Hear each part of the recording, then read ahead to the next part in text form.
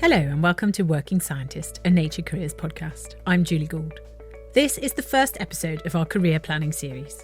Each episode concludes with a sponsored slot from the International Science Council with support of the China Association for Science and Technology. The ISC is exploring how early and mid-career researchers can navigate their careers in a constantly evolving scientific landscape through conversations with emerging and established scientists. Do you ever feel lost? I don't mean in the literal sense, but in a way that you're not quite sure what you're doing with your career and you don't know what to do next or how to move on to the next bit. Trust me, if this is the case, you're not the only one. Many people today feel a bit like that.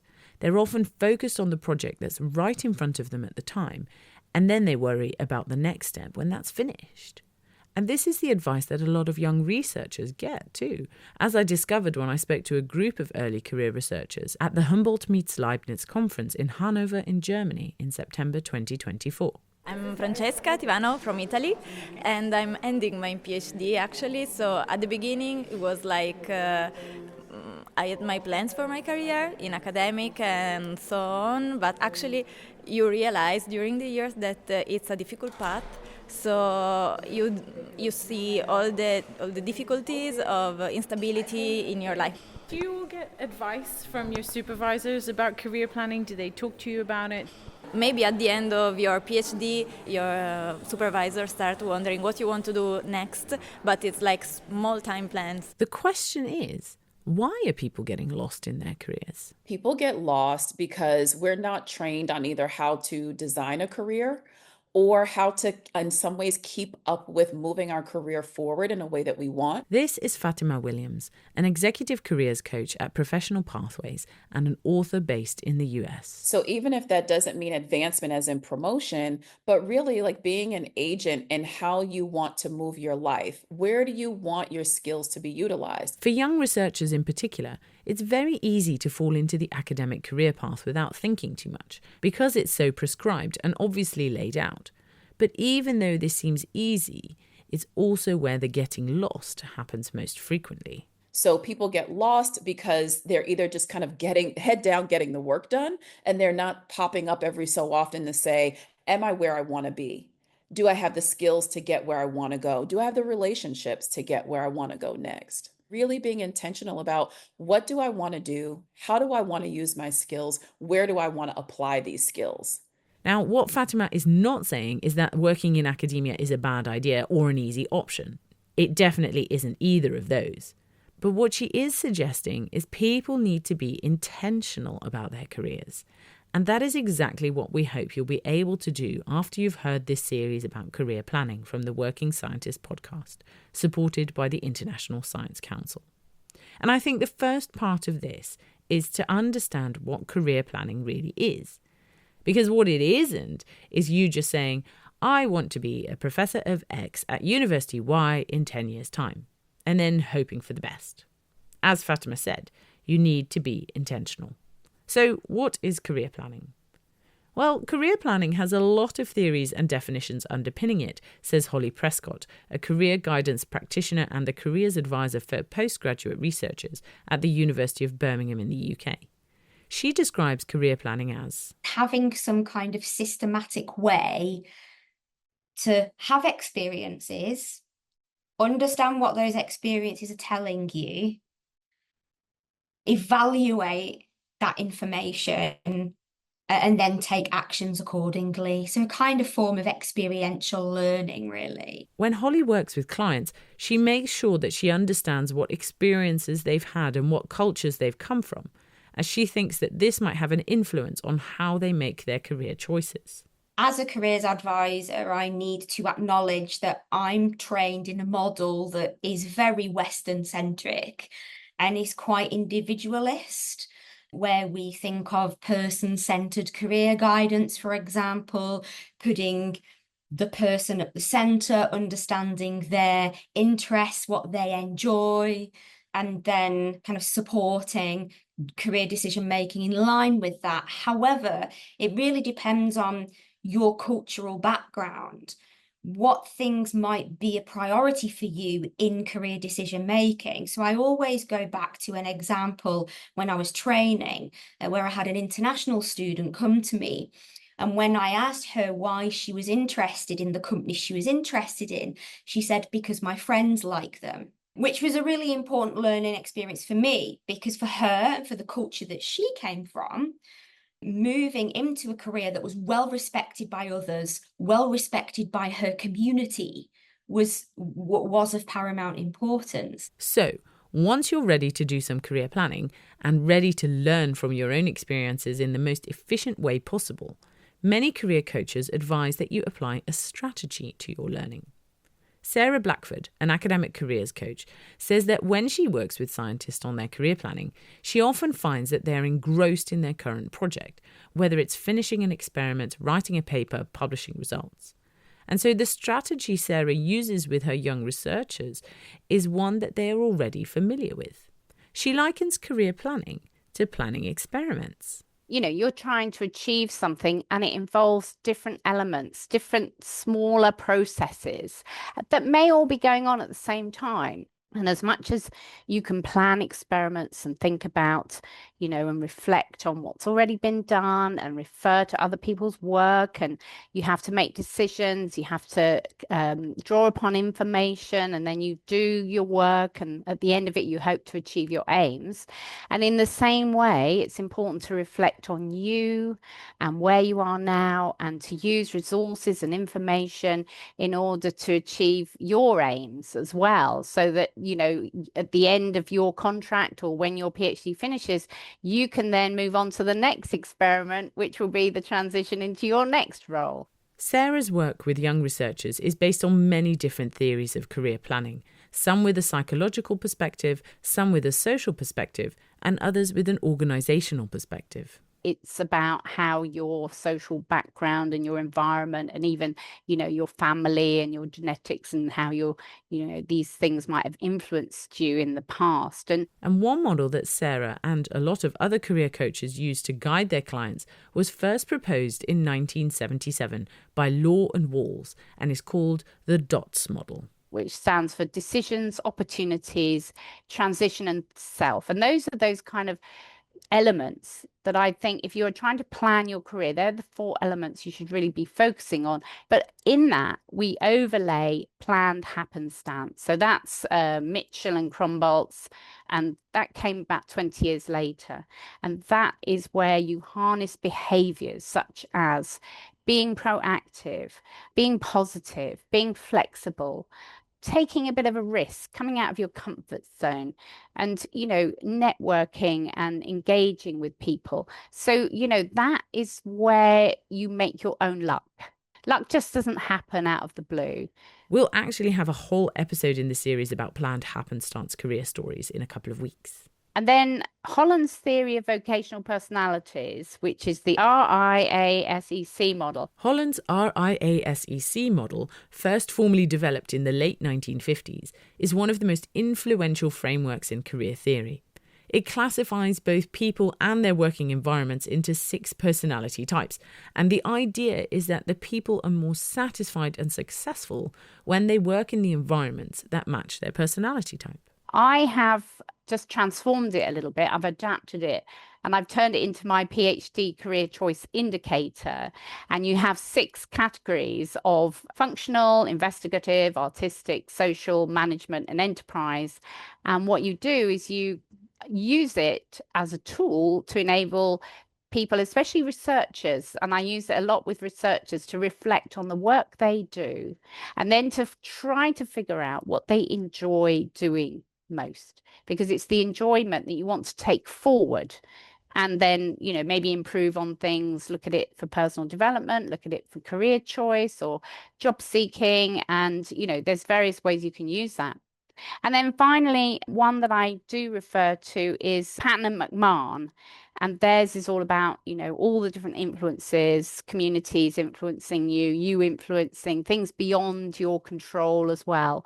So to sort of put that in the mix, because I think there's a danger sometimes that people focus in on just skills or just interest or just their subject knowledge, and you need to really take it as a whole as much as you can without overwhelming yourself. So, when it comes to putting these theories into practice and actually sitting down to do some career planning, the literature suggests that you do things in a certain order. Cynthia Furman, an associate professor at the University of Massachusetts Chan Medical School and leader and director of the Professional Development Hub, an initiative in the USA to help early career scientists, puts career planning into 3 phases, where phase 1 is the assessment phase. And here you ask yourself the hard questions like, what are my own personal, strongest skills and strengths? What do I most enjoy doing? What are the values that are especially important to me? What are the needs or preferences that I have, and certain things in my life that I need to address in my next career, maybe a certain geographic location or a certain salary or whatever it is, for me to be successful. And so the assessment phase is what the literature calls that phase, which is really building awareness of yourself and considering what's most important to you. when you've worked that out, you can move on to phase 2, the investigation phase. You might be doing things like setting up conversations with people to learn about their different role and how they made their own career decisions. And we call those informational interviews, of course, right? Or you might be setting other goals and taking actions towards reading about careers or attending career panel events. Finally, you can start phase 3, the preparation phase. Prepare or take steps like to develop the skills or get the extra experience you might need for the types of roles you're interested in. So when I think about career planning, I think of especially those 3 phases: building awareness of yourself, investigating different types of career paths, and then taking steps to actually prepare for the types of roles you're realizing you might be interested in. Here's the thing though, when I look back at my career, this is definitely not how I did it. And this is what organisational psychology professor Julia Yates from the City St George's University in London in the UK found too. She was trying to find the theory that summed up how young people actually made their career choices in the real world. And I kept reading and reading and reading, and I just couldn't find anything out there. And there's quite a lot of prescriptive career theory, so a lot of career support, which is kind of saying this is how you ought to make a career decision. But actually, when I thought about my own career choices, when I thought about all the career choices of everybody I've ever met, people don't conform to that. So I was looking in the literature to find out, well, what do people actually do? Because I thought that's where you need to start. You need to start with what people actually do and then support them to do what they're doing, but a bit better. And it turned out there was nothing in the literature about that. So I did a research project. I got hold of about 30 recent graduates. These were all graduates who were currently working. And I asked them to talk me through the stages of career decision making. So I asked them to think back to a time in their lives when they didn't know what they wanted to do and talk me through the steps that they took in order to be here where they are today, working in a job. The graduates Julia spoke to in her research were in all sorts of different fields: scientists, psychologists, musicians, teachers, all sorts of people from all different backgrounds. And broadly speaking, they all took the same steps. So they didn't start with the self-awareness bit because I think that's just too hard. It's just too difficult to do that in the abstract. Where they started was by just picking a job, and it would be any job. It would be a job that sounded vaguely okay. Maybe it was their work experience. Maybe it was something their dad suggested. Maybe they were at a party and somebody said, why don't you do this? And the next thing they did is they explored it some more. So they found out a bit about what was the job like. Maybe they did a bit of, research on the internet. Maybe they found a couple of people to speak to. And then if it still sounded okay, that was the point where they started doing a bit of self-awareness. So they were doing the self-awareness in the context of a particular idea. So not a blank sheet of paper. For example, they might have picked the position of a research scientist, maybe an optics lab-based physics one, and had spent some time reading about what it's really like to work at an optics bench, to work in a dark room where the smallest movements could interfere with the experiments. They might have taken some time to speak to the people who do this already and found out how much time they spend in the lab compared to at a computer doing data analysis and writing papers. And maybe, after doing some of this due diligence, they might have decided that this wasn't quite for them. Or they might think it's okay, and so they do a little bit more research, maybe a bit of work experience at that point. They go through that sort of iterative process, sometimes thinking about a few different jobs. And then they get to the point where they think, okay, this feels all right. I think I'm going to give it a go. Now, can I just add two other things to that? And one of them is that an awful lot of the graduates I spoke to did not feel that they had made a career choice. They were just doing something that sounded okay. They weren't at all sure they were going to stick with this forever. And I thought that was great. You know, I think maybe when you're in your mid-20s, making a decision that you plan to stick with for the next 30 years is probably a bit ambitious. So I really wholeheartedly respected the idea that they were kind of trying something. It seemed okay. They'd learn a lot, and maybe a few years down the line, they'd rethink. The second thing that I thought was really interesting in what they talked about is that they use the application process as part of the exploration. So traditionally, you would always have thought that people would make a career choice and then apply for a job. But that's not what these graduates did. These graduates used the application process as a way to find out more. So they applied and then they made a choice, which is kind of putting that bit a little bit the other way around from the way you'd normally think about it. Really, this real-life model uses exactly the same phases as the ones Cynthia described earlier, but they're in a different order, and they're used in an iterative way. And as a result, this process does two things. One, it helps give people a context within which to do the hard self-reflection stuff. And two, it actually helps people not get lost or stuck in the career decision-making process. And actually, there is a theory called career inaction theory, which is a relatively new framework that focuses on why people do not take career-related actions, even when they're unhappy or uncertain about the path that they're on.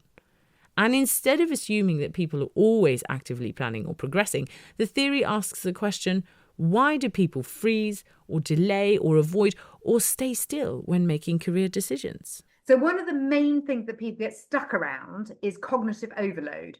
So, you know, there are just too many jobs out there to think about, and people get overwhelmed and then they just can't bear it anymore, so they stop thinking about it. And actually, that makes perfect sense. If you think about all the numbers of jobs there are out there, trying to narrow that down to one, I mean, no wonder people get overwhelmed. But this process, the ones that the graduates told me about, they're just sticking with one at a time. So actually, it's much more possible to really think something through if you're just thinking about it one at a time. At the end of our conversation, Julia told me that she hopes that young people can understand from this that sometimes jobs don't work out, but that this is okay. I think it can feel so utterly overwhelming and daunting, but actually things work out. And even if a job doesn't work out, it's still incredibly useful as a process. My first job when I left university was a complete disaster. I was so ill-suited, I was so unhappy, and I was so incompetent. And actually that was just awful. You know, I was deeply unhappy, but then I left, and with retrospect, it was such a useful process to have been through it. So I suppose the message is, even career disasters are not disastrous, unpleasant at the time, but you learn from them, and it means that next time around you do it better. So I would say you're in your working life for a long time, and it's really lovely to be able to reinvent yourself as you go through. So when you're starting out, don't think this is the job I'm going to have to do for the next 40 years. It's not your last step you're thinking about, it's your first step. So to help you with your first step or 7th or umpteenth career step, in the next episode of this series, we'll be sharing some practical tips on how to get started with your career planning. But before you go, here's our sponsored slot from the International Science Council on career development for early and mid-career researchers in an ever-evolving scientific landscape. Thanks for listening. I'm Julie Gould.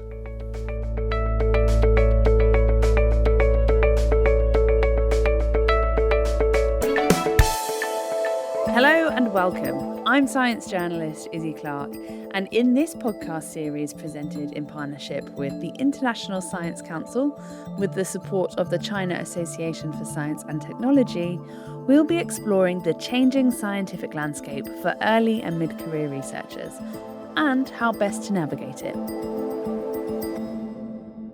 Today, I'm joined by Professor Robert Dijkgraaf, a theoretical physicist and the president-elect of the International Science Council. Hello. And Baojing Gu from Zhejiang University, Professor of Environmental and Resource Management. Hello, everyone. Thank you so much for joining me. Robert, let's start with you. You've spoken about how the scientific landscape is undergoing major change. That's what this episode is about. So, from your perspective, what are the biggest shifts in scientific careers today, particularly for early and mid-career researchers? We are in a dramatic change in the whole academic enterprise. We see this acceleration of new technologies, of the larger community growing, but also the demands on the research community becomes much more intense. We want researchers not just to be excellent in doing research. We want them to work in interdisciplinary teams. We want them to connect to society.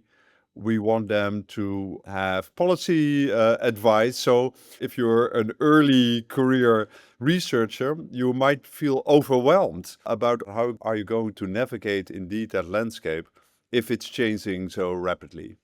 Nowadays, we have fast transformation for the new technology such as AI and big data. We needed to using multiple languages from different research area, and I think that's the big challenge for the younger generations, trying to understand the new global world and using more comprehensive angles. And that fast transformation, these new technologies, and that acceleration, yes, those are challenges, but they'll provide new opportunities too. So, what would you advise early and mid-career researchers who are facing that? There are terrific opportunities not only to do great work, but to redesign the abstract academic building in which they are operating. There are really opportunities for the next generation to shift the way we do science, to think differently about career paths, think differently about teamwork. For many decades, we had a kind of a static research enterprise. And we're now living in a time where we feel this is no longer the appropriate way to position ourselves. And, we will be disappointing society, disappointing policymakers, be disappointing ourselves if we not also restructure the academic enterprise. Yes, I think we have the new challenges and the new opportunities, and especially we have big data, we have new technology, especially for AI. They are not only focused in one area, actually it's interdisciplinary. So I think that is nowadays the innovation added by the new technology, we can actually solving more issues or more difficult issues for the younger generations. If you look into solving issue from very different angles, that can easily actually solving many very difficult questions. I think that's also the chance for the younger generation. And it opens up, I suppose, that accessibility and the communication as well. How can those early career researchers, I guess, feel empowered to start some of that change? I think one of the great pleasures to be a scientist is that you're part of a worldwide community. So I'm a physicist and I talk to physicists around the world.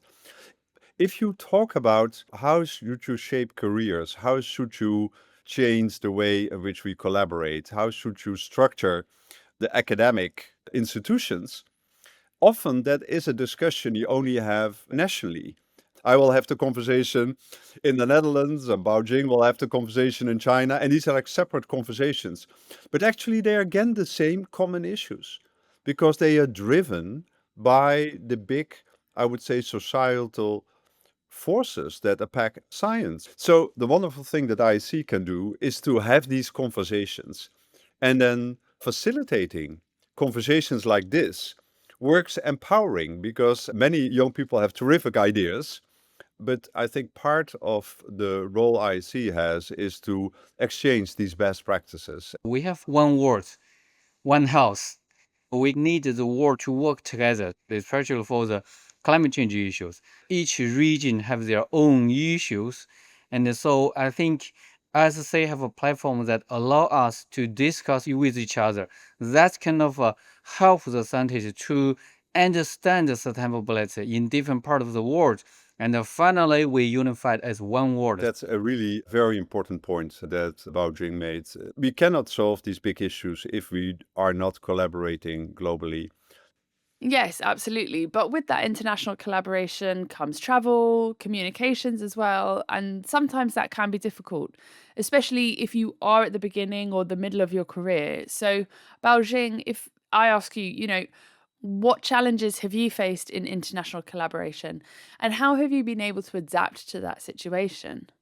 I think at the very beginning, as an early career, if whether you can find a resource to support you to do the international collaboration, whether you have a time, you have a resource to cover the cost, that's quite important. Nowadays, we can search to see them online, but it's very different if you really go to meet people, talk to people. The ideas is come from their smile, or they're hungry. You can really understand people and understand different part of the world through the face-to-face communication.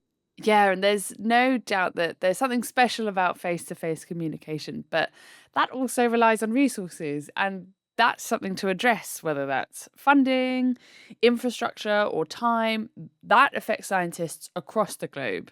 So, what solutions or support structures do you think are the most effective for early and mid career researchers? I think it's very important to make this point that Baojing just made, that it's so important to have these face-to-face, personal interactions. But in an early phase of your career, you don't realize that these people you meet might travel with you your whole career. And these are really lifelong contacts that will pay off. So I think it's incredibly important that people who organize conferences, schools, events, make sure that they have the means and the resources available to support young researchers from around the world, particularly the global south, from areas where they are very restricted in resources. To achieve equity in science, it's important that we do more for those who have less. Actually, I participate in several meetings and held by SA, and they cover all my costs. I think that's very grateful for that, and I can travel to Kuala Lumpur and to Oman, and I think the place is very important. I think I agree with Robert that such as we can have a meeting in Africa or in other regions that's short of resources, but we can bring other parts of the world to that region that allow more people from that region to participate in such kind of activities. So let's look ahead to the future. What are the biggest trends that you both see in terms of scientific careers for the future, and how can early and mid-career researchers best prepare for them? What I see happening is that the life of a scientist will be no longer one-dimensional.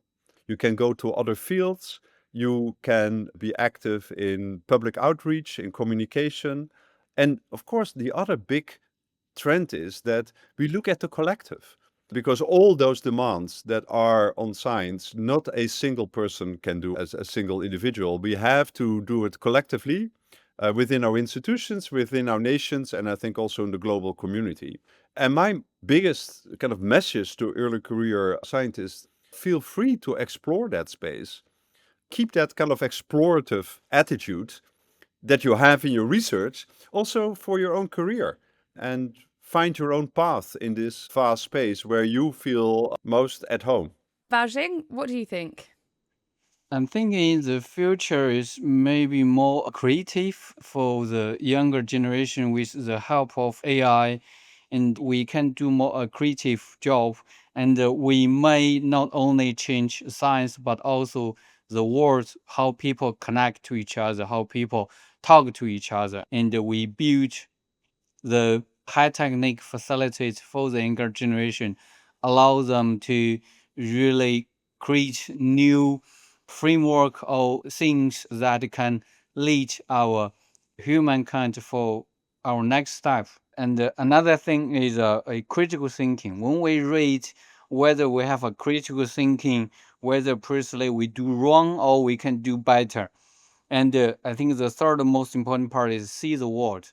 We really go to field, see the world, talk to the citizens, and to understand their life, to understand the real world. And then we combine our critical thinking, readings, and already known knowledge, and whether we can have new creative ideas for the sustainability in the future. That's a great point. It's about listening and paying attention to both your data as well as the real world and who that research impacts.